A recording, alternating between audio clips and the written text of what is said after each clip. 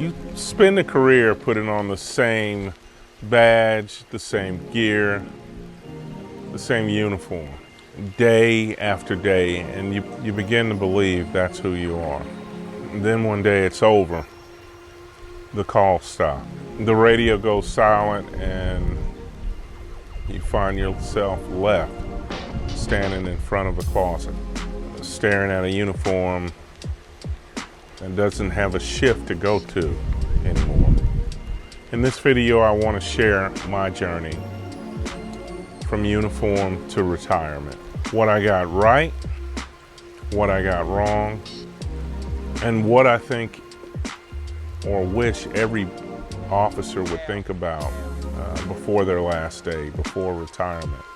If you're in law enforcement, in public safety, or you love someone who is, I made this video for you. I'm going to take you from my closet to the academy, from the patrol car to the classroom. And I'm going to be honest about how it feels when the badge comes off.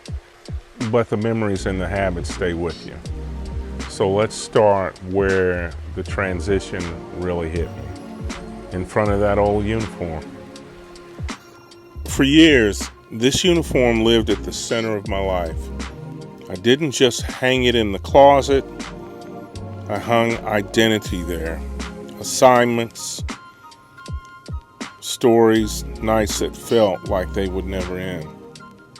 It's just funny now to think about it. When I walked up to this closet knowing I was retired, it felt different. The uniform wasn't waiting on me, it was remembering me. I've run my hands over my badge, the pins, my hash stripes. Each one of these pieces represents something: training, incidents, new tasks, hard lessons. To the outside world, the uniform is just a shirt and a few rows of bars. But to us, it's a history book.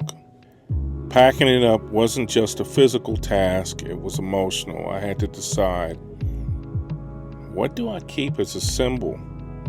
And what do I release so I don't keep living in yesterday? And if you've served, you know this feeling. You're proud, you're grateful. But for some of us, there's this quiet question: who am I without this?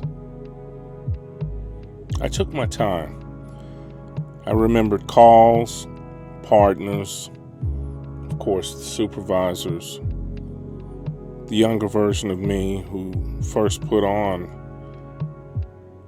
the uniform and believed I was invincible. Retirement really doesn't erase any of that. It just asks you to carry it differently. I spent decades in this uniform.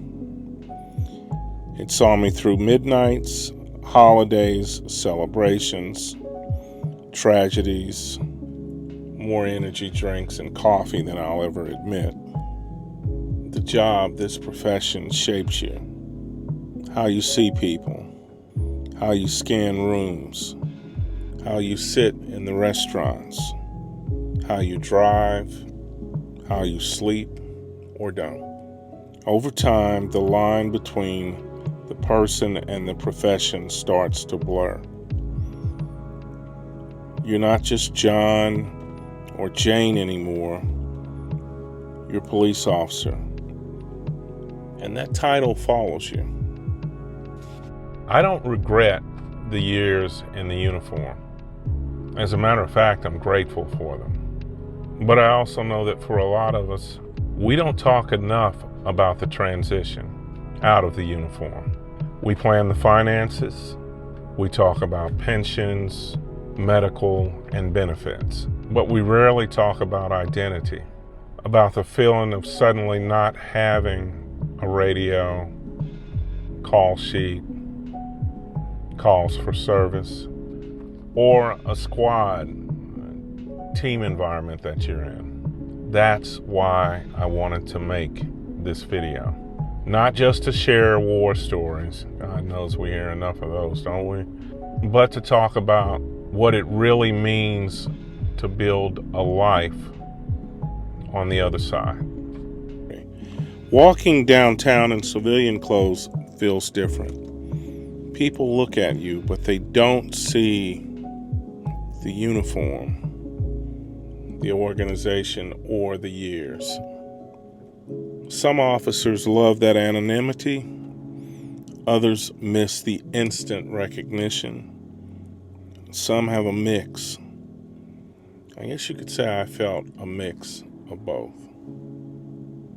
Retirement for me wasn't just one single moment. It was a series of small goodbyes. The last briefing, the last call, the last time I turned in my equipment, the last time I walked out of my sector or building knowing that I wasn't coming back as Officer so-and-so. And then the quiet ride home. Transition is a lot like a train leaving the station. You get a short window to step on board. Once you do, the scenery changes whether you're ready or not. Some retirees jump off that train and start second careers. Some slow down. Some struggle silently with the loss of routine and a sense of mission. For me, I started asking, how can I take everything I've learned in this uniform and use it to build something that still serves others without a radio, without a police car, without a badge? Today, presently, and I enjoy it, a lot of my time is spent in the classroom, whether it's on the academic side or the police academy side. That's where I'm at. So I either teach criminal justice or I'm teaching a different form of criminal justice at the police academies, and I thoroughly enjoy it. And with that being said, sometimes my uniform today looks different. How I dress looks different. Sometimes you may find me in a suit, a business suit. Other times you may find me in a nice sweater. You may find me in a blazer instead of being in a patrol shirt or a uniform. But having said that, the mission feels familiar, if you will. I like to say that I'm preparing people to walk into this, their next evolution, their next phase, their profession, law enforcement, with their eyes wide open. Retirement didn't end my connection to law enforcement. It shifted it. In the classroom, I get to unpack things I learned the hard way. Decision making, ethics, officer safety, community trust, the realities of stress and trauma.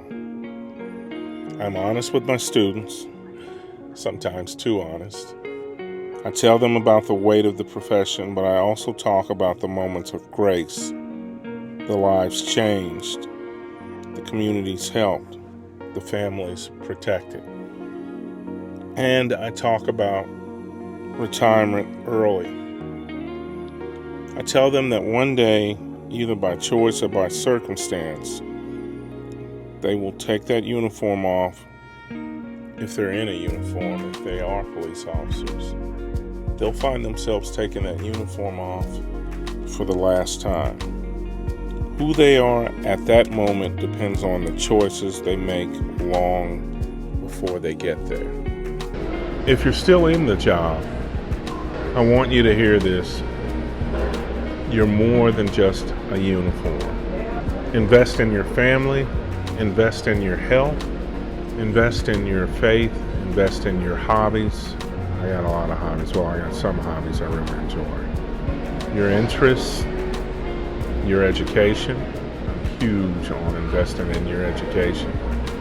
And here's the reason, because one day the job you're in will come to an end. You deserve to have something solid waiting for you on the other side.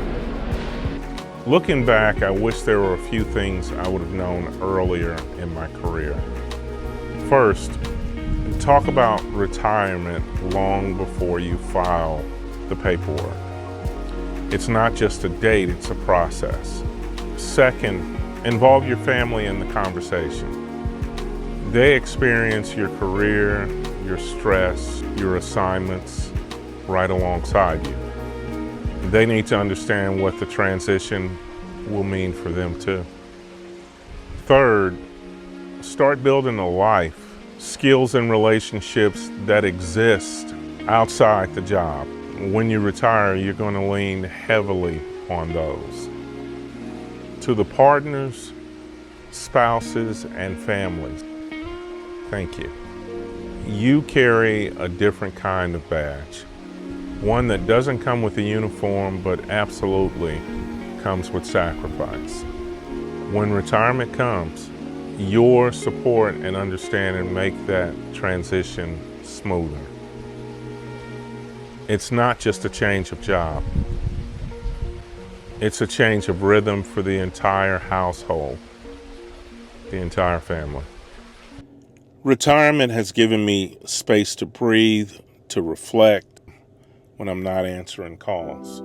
But it hasn't erased the years I spent in the uniform.